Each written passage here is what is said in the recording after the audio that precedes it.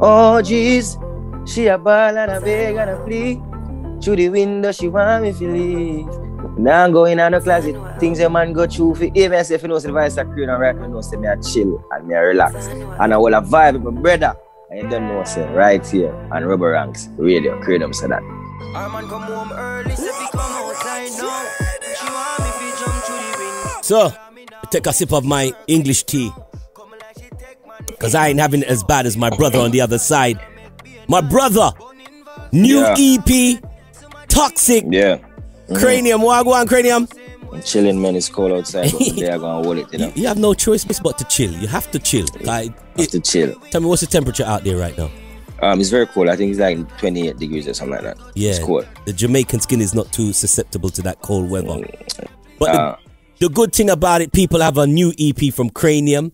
And especially the ladies can warm up. I noticed you dropped this EP Valentine's. What was the strategy? I know you are the singer for the ladies. You had the melody maker for the ladies. But why did you drop it Valentine's, bro? Well, actually, you know, we had the EP before, but before COVID happened, and when COVID happened, it's just that me can't get for work. A record like a we work record, you know. I'm not the artist who drop song just to drop it in dead here, you know. I always make sure it's anything me I drop. Yeah. They on tour, I sell it while we're on tour, get the chance to stop in Night City, do the interviews wherever we go. So it's like this was like an appetizer because the real project is coming out soon too. You know what I mean? Like the next body I work sick, you know. It's like some different type of vibe, some crazy vibe. It's so crazy. My manager talked about this one record that we have about to drop 2 here. It's just like. The EP Toxic is just like, yo, let me buy some time. Here you guys go. If you were the real Kranium fans, them go and all up on this guys. It's about to get crazy. You know what I mean? This is just basically the appetizer of what's coming next. So Kranium, you dropped some bad songs on this EP. What are you gonna have left for your album? Because in this EP, there's I'm so used to your style of writing, but this one has broadened out in terms of the production. You can hear the production is sparkling. You're near gone R&B on this one. What are you gonna leave with if you what are you holding back? Straight dance?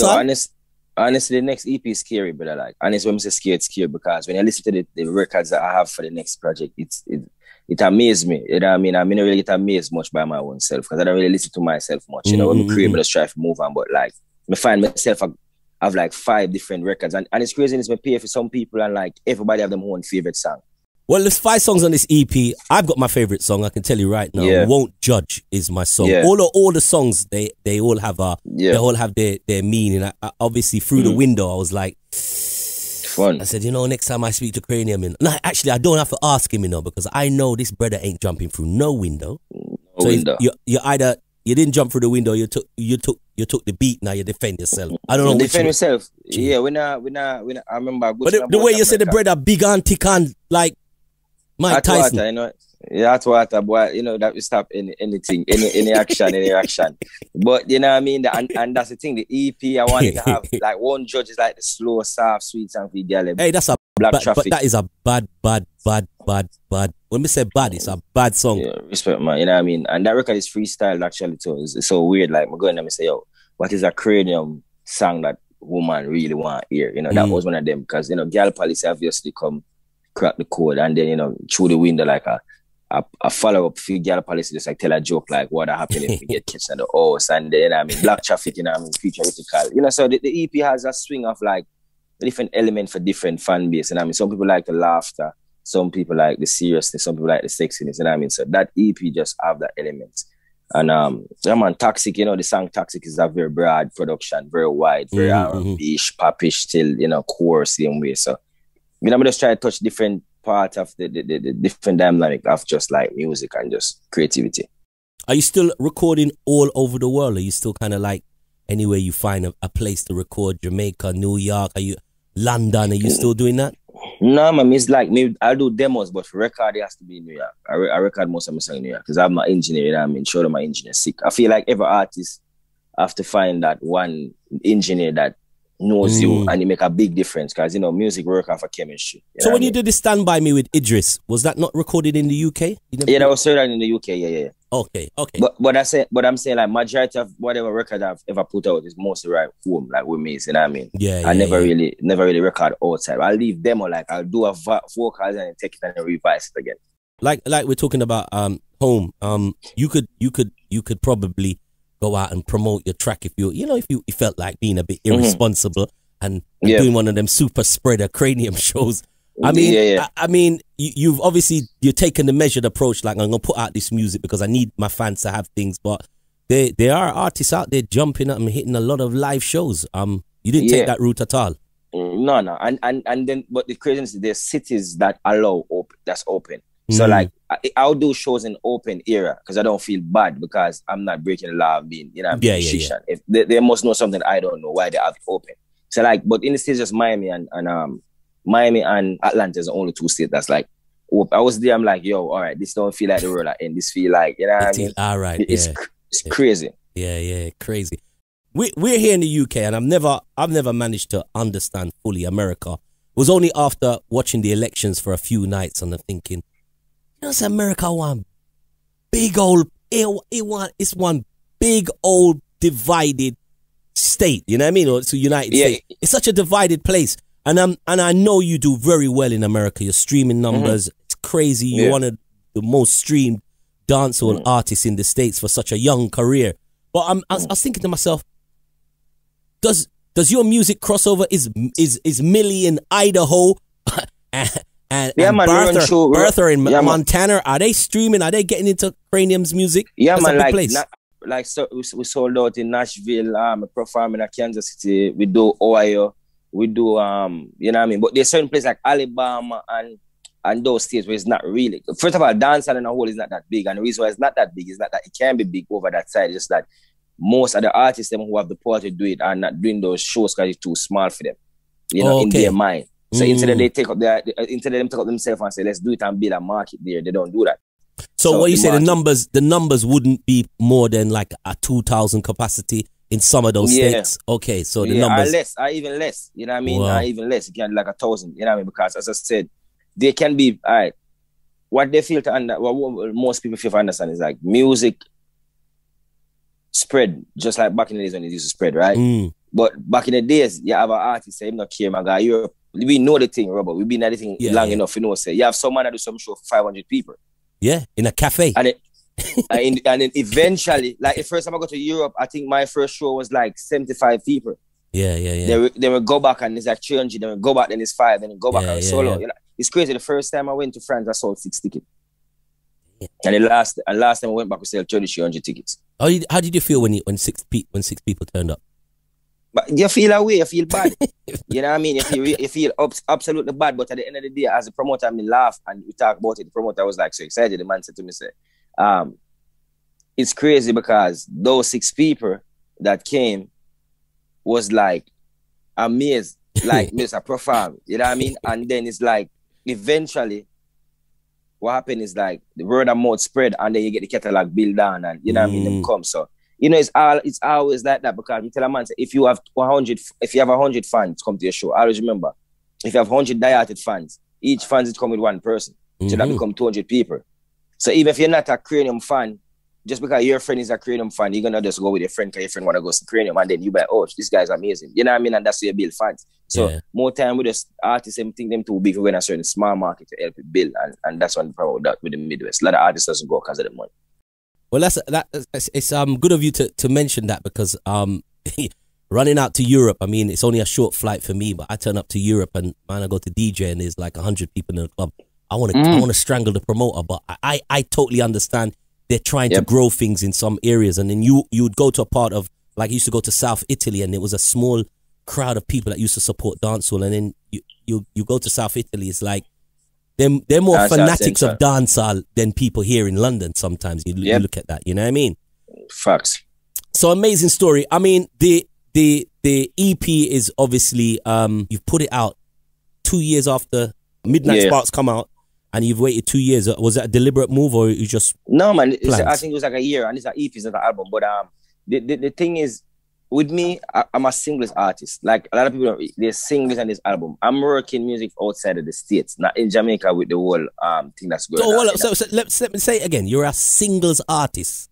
I'm a singles artist. Tell me what a singles artist is, so we understand. I think there's two type of. I think there's artists who people like genuinely wait for their album, and there's artists who are more effective on singles.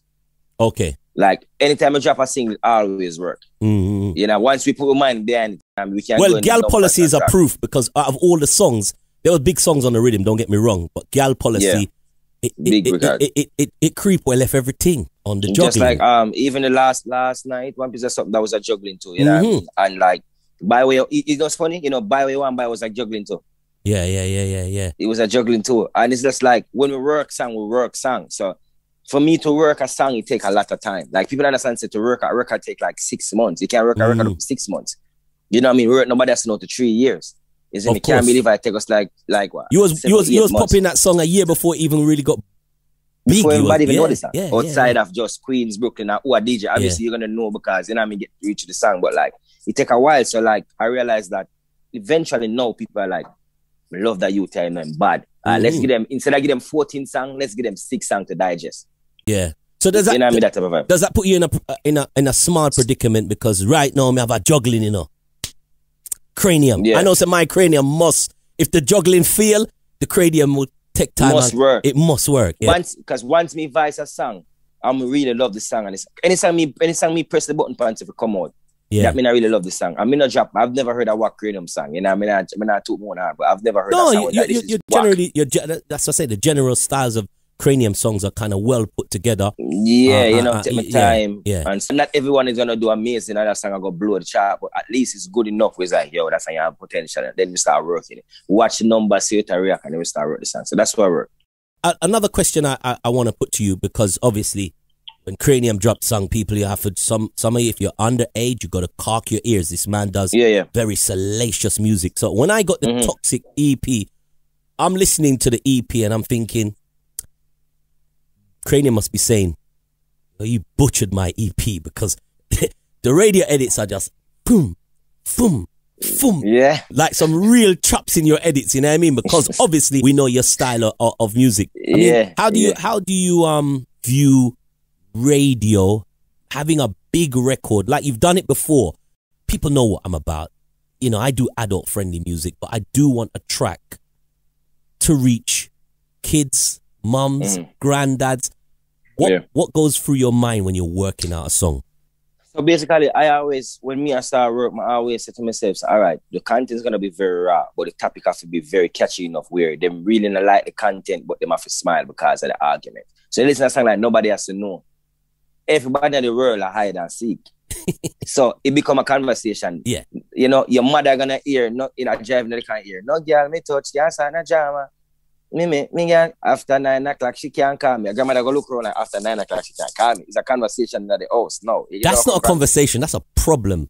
Some girls, at that point, they just fast forward and just look forward. It's something. They don't like that part there, you know. They laugh. No, a lot of them laugh. I'm like, I'm bright here. You hear what I'm saying? And then, so I always try to find topics that create conversation. Yeah. So I think that's the way I balance it. So I mean, but there must be a topic and a conversation. There must be a topic and a hook. You say, Lord God, this is Grammy music. This is the Grammy. You know what I mean? You must find that in the song. Like I think Won't Judge is a bad song. I really think it's a bad song. Yeah. So at some point, do you kind of say, all right, let me put down the raunchy, salacious? Yeah, part. Eventually you tone down. As age goes, you start tone down and start. Oh, it's an age thing for you.